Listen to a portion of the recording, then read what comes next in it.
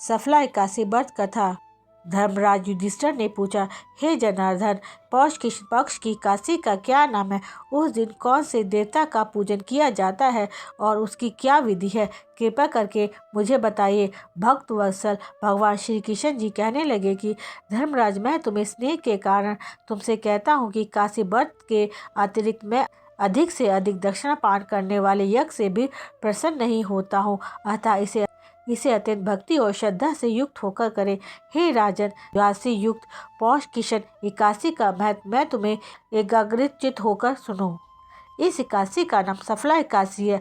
इस एकादशी के देवता श्री नारायण जी हैं। विधि पूर्वक इस व्रत को करना चाहिए। जिस प्रकार नागों में शेषनाग, पक्षियों में गरुड़, सब ग्रहों में चंद्रमा, यज्ञों में अश्वमेध और देवताओं में भगवान विष्णु जी श्रेष्ठ है, उसी तरह सब व्रतों में एकादशी का व्रत श्रेष्ठ है। जो मनुष्य सदैव एकादशी का व्रत करते हैं वे मुझे परम प्रिय हैं। अब इस व्रत की विधि कहता हूँ।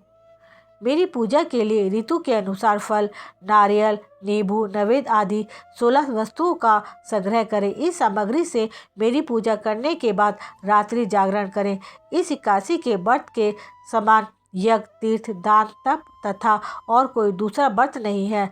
5000 वर्ष तप करने से जो फल मिलता है उससे भी अधिक सफला एकादशी का व्रत करने से मिलता है। हे राजन, अब आप इस एकादशी की कथा सुनिए। चंपावती नगरी में एक महिष्मान नाम का राजा राज्य करता था। उसके 4 पुत्र थे। उन सब में लुम्पक नाम वाला बड़ा राजा पुत्र महापापी था। वह पापी सदा पर स्त्री और वैश्यागामी तथा दूसरे बुरे कामों में अपने पिता का धन नष्ट किया करता था। सदैव ही देवता, ब्राह्मण, वैष्णव की निंदा किया करता था। जब राजा को अपने बड़े पुत्र के ऐसे कुकर्मों का पता चला तो उन्होंने उसे अपने राज्य से निकाल दिया। तब वह विचार करने लगा कि कहाँ जाऊं, क्या करूं। अंत में उसने चोरी करने का निश्चय किया। दिन में वह वन में रहता और रात्रि में अपने पिता की नगरी में चोरी किया करता था तथा प्रजा को तंग करने और उसे मारने का कुकर्म करता था। कुछ समय पश्चात सारी नगरी भयभीत हो गई। वह वन में रहकर पशु आदि को मारकर खाने लगा। नागरिक और राजा के कर्मचारी उसे पकड़ लेते किंतु राजा के भय से छोड़ देते थे। वन में एक अति प्राचीन विशाल पीपल का वृक्ष था। लोग उसकी भगवान के समान पूजा करते थे।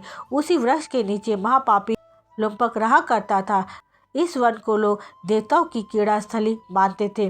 कुछ समय पश्चात पौष किस पक्ष की 10वीं के दिन वह वस्त्रहीन होने के कारण शीत के चलते सारी रात्रि को सो नहीं सका। उसके हाथ पैर अकड़ गए। सूर्यास्त होते होते वह मूर्छित हो गया। दूसरे दिन एकादशी के मध्यांतर के समय सूर्य की गर्मी पाकर उसकी मूर्छा दूर हुई। गिरता पड़ता वह भोजन की तलाश में निकला। पशुओं को मारने में वह असमर्थ था तथा पेड़ों के नीचे गिरे हुए फल उठाकर वापस उसी पीपल के पेड़ के नीचे आ गया। उस समय तक सूर्य देवता अस्त हो चुके थे। वृक्ष के नीचे फल रखकर कहने लगा, हे भगवान, अब आपके ही अर्पण है ये फल, आप ही तृप्त हो जाइए। रात्रि को उसे नींद भी नहीं आई। उसके इस उपवास और जागरण से भगवान अत्यंत प्रसन्न हो गए और उसके सारे पाप नष्ट हो गए।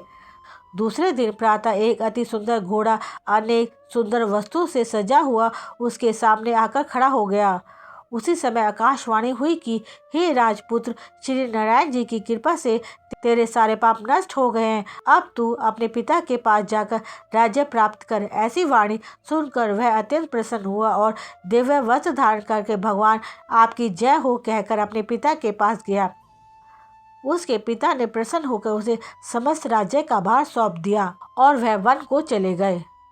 अब लुम्पक शास्त्रानुसार राज्य करने लगा। उसके स्त्री पुत्र आदि सारा कुटुंब भगवान नारायण जी का परम भक्त हो गया।